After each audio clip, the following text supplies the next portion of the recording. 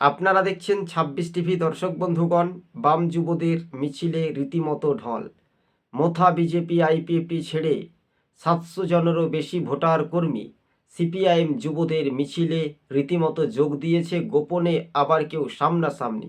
ত্রিপুরার রাজনৈতিক ভবিষ্যতে নিয়ে বামেদের এক ঢল।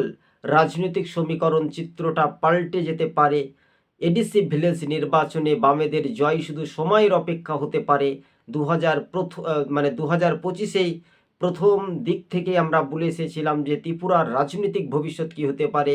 এটা একটা রাজনৈতিক সমীকরণ উত্তর পূর্বে রাজ্যে ত্রিপুরায়, সেটাই কিন্তু কার্যত রাজনৈতিক ময়দানে সেটাই কিন্তু একত্রিতভাবে বলাই যেতে পারে। আজকে ২৬ টিভি ইউটিউব চ্যানেলটি ভালো লাগলে সাবস্ক্রাইব করে সঙ্গে থাকবেন। ত্রিপুরাতে সিপিএম প্রধান বিরোধী দল হিসেবে থাকলেও শাসক দলকে টেক্কা দিচ্ছে বামেরা।